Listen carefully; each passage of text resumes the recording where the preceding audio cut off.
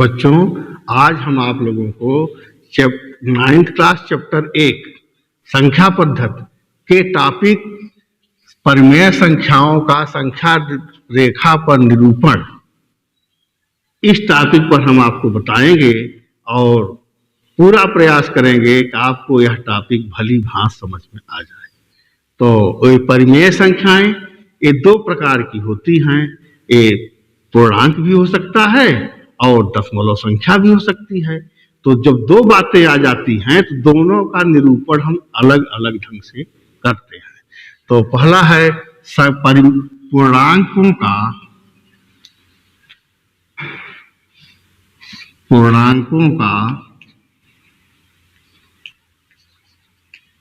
संख्या रेखा पर निरूपण। संख्या रेखा पर निरूपण।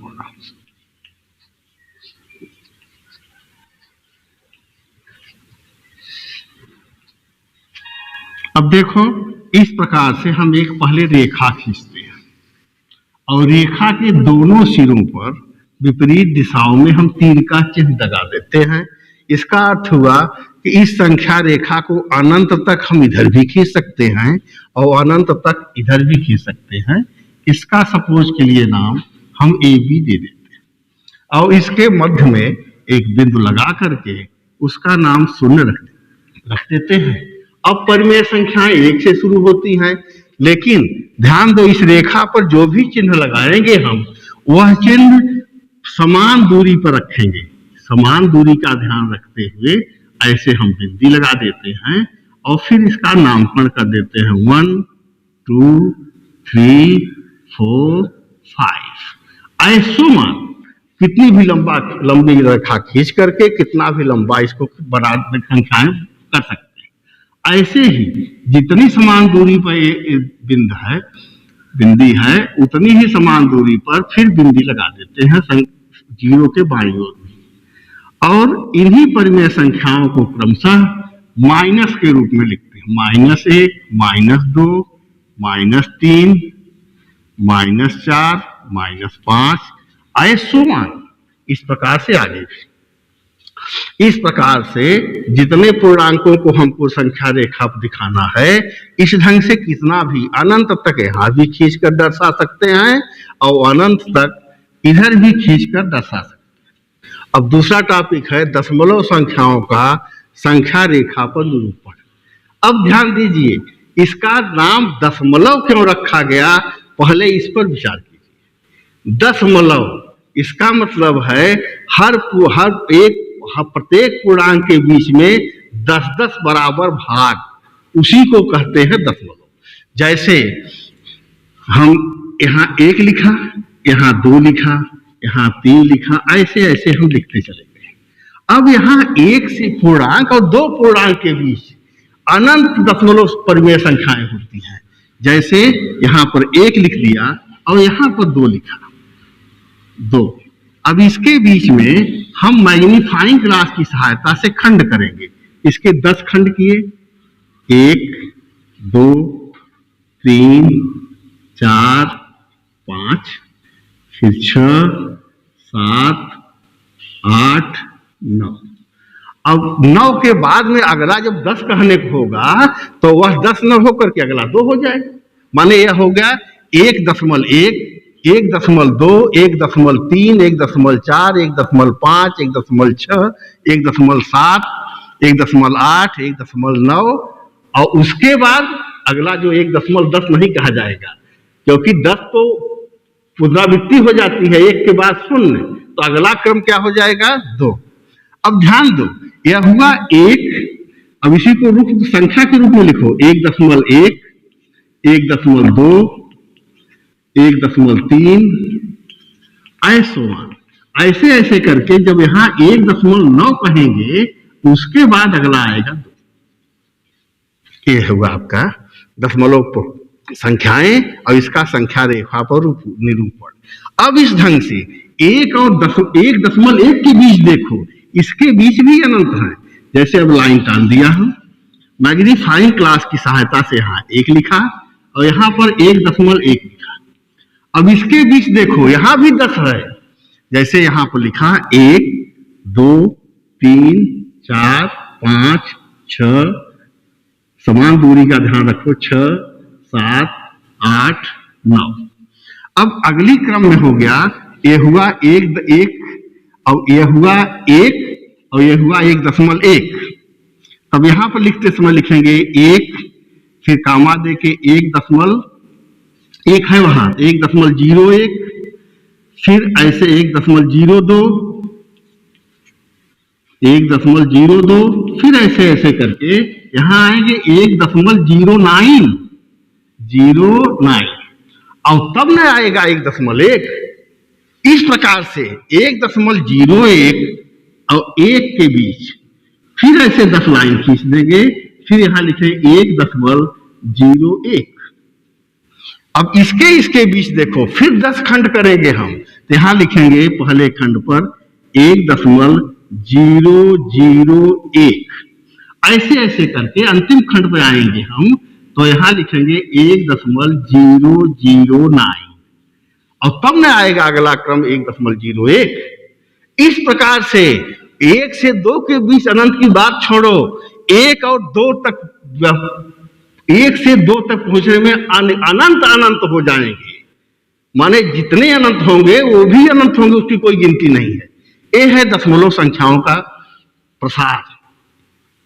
तो इस ढंग से इसको हम संख्या रेखा पर निरूपण किस विधि से करेंगे, अब इसको हम आपको एक उदाहरण द्वारा समझाने का प्रयास करेंगे। अब हम उदाहरण के तौर पर जैसे एक संख्या ले लिया 6.37 और यह 7 पर रिकरिंग है। अब इसका हम निरूपण किस विधि से करेंगे, तो ध्यान दीजिए, इसका निरूपण करने के लिए हमको मैग्नीफाइंग ग्लास का जरूरत पड़ेगा और वो मैग्नीफाइंग ग्लास की सहायता से हम इसका निरूपण करेंगे। जैसा कि यहाँ देखो, जैसे यहाँ पर 1 लिखा, यहाँ पर 2 लिखा, यहाँ पर 3 लिखा, यहाँ पर 4 लिखा, यहाँ पर 5 लिखा, यहाँ पर 6 लिखा, यहाँ पर 7 लिखा। अब 6.37 रिकरिंग, इसका मतलब है यह प्रथम स्टेज हुआ। अब हमारी संख्या रेखा ये 6 और 7 के बीच में है, यहीं पर कहीं है। अब इसको हमको प्राप्त करना है, तो इसको प्राप्त करने के लिए फर्स्ट स्टेज का हुआ है।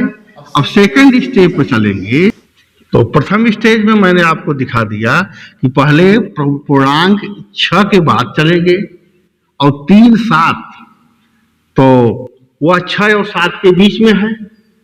तो इसका मतलब यह हुआ कि अगले स्टेज पे चलेंगे तो 6 7 के बीच में ही हम देखेंगे, 6.3 के आगे चलेंगे पहले, तो यहाँ पर हम दूसरी लाइन टानेंगे और यहाँ पर लिखेंगे 6.3 और यहाँ पर लिखेंगे 6.4, क्योंकि 6.3 और 4 के बीच में 3 7 है, क्योंकि 3 के बाद 7, 3 के बाद 4 आने में भी 10 अंक हुआ।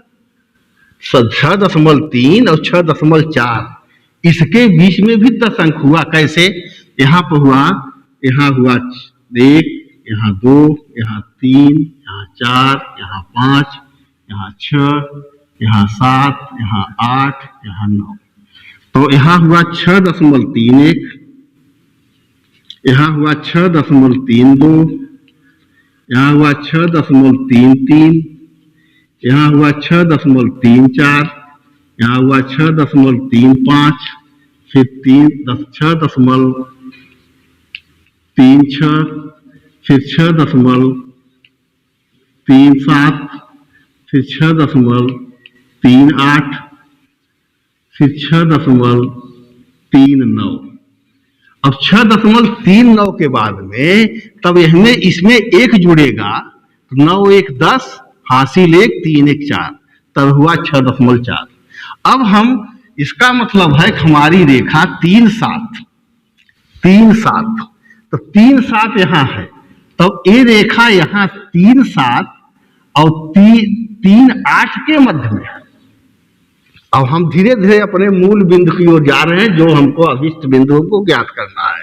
अब अगला चलेंगे हम तीसरा स्टेज। तीसरे स्टेज में फिर हम संख्या रेखा को आगे बढ़ाएंगे और संख्या रेखा को आगे बढ़ाकर के यहाँ 6.37 से आगे बढ़ेंगे। 6.37 और यहां लिखेंगे हम 6.38। अब यहां पर फिर 10 लाइन खींचेंगे, 1 2 3 4 5 6 7 8 9। अब यहां चलेंगे हम 6.371, फिर 6.372, फिर 6.373, 6.374, फिर 6.375, फिर 6.375, 1 2 3 4 5 6, फिर 6.377, फिर 6.378, फिर 6.379। अब अगला जब जाएगा इसमें 0.001 जुड़ेगा तो 6.38 आएगा। अब 377 निकालना है हमको, तो 377 या तो 377 और 378 इसके बीच में है हमारी संख्या रेखा। तो अब अगली स्टेप में चलेंगे तो 377 और 378 के बीच में मैग्नीफाइंग ग्लास से देखेंगे तो फिर हम एक संख्या रेखा खींचा। अब हमारी संख्या रेखा का यह चौथा स्टेज है। अब यहां लिखेंगे 6.377, 6.377, यहां पर लिखेंगे 6.378। अब इसको फिर 10 भागों में बांटेंगे, 1 2 3 4 5 6 7 8 9 इस प्रकार से समान दूरी पर रखते हैं। तो यहाँ 6.3771, फिर 6.3772, फिर 6.3773, फिर यहाँ लिखेंगे 6.3774, फिर यहाँ 6.3775, फिर इसको लिखेंगे 6.3776, फिर यहाँ लिखेंगे 6.3777, फिर यहाँ लिखेंगे 6.3778, फिर यहाँ लिखेंगे 6.3779। अब अगला टॉपिक, इसमें जब 0.0001 जोड़ेंगे तो 9 1 10 7 1 8 तो अगली गिनती आ जाएगी। तो इस क्रम से 377 रिकरिंग यह भी यहां तक आएगी। तब अगली स्टेप में चलेंगे। तो अगले स्टेप 5th के लिए हम यह संख्या रेखा को 6.377 और संख्या रेखा 3778 इसके बीच हम इसको ढूंढने का प्रयास करेंगे। तो इस प्रकार से 5वां स्टेप लिखा और संख्या रेखा को 6.3777 तक ले गया और यहाँ पर 3778 इसके बीच भी हम 10 खंड करेंगे। तो इस खंड पर लिखा 6.3771 777 फिर 6.3 772 6.3 773 6.3 774, यहाँ जगह नहीं हटा नीचे लिख दिया 6.3 775 6.3 777 6.3 777 6.3 778 6.3 779। अब अगला जब चलेंगे तो 0.0001 जब जोड़ेंगे तब यह जाएगा 6.3 778। अब यहाँ भी रिकरिंग शब्द आया है, इसका मतलब यहाँ भी लगभग 7 के नजदीक है। तो यही हमारा अभिष्ट पॉइंट हुआ जी संख्या रेखा पर, जिसको हम इंगित करना चाहते थे। हमको अभिष्ट बिंदु अपना प्राप्त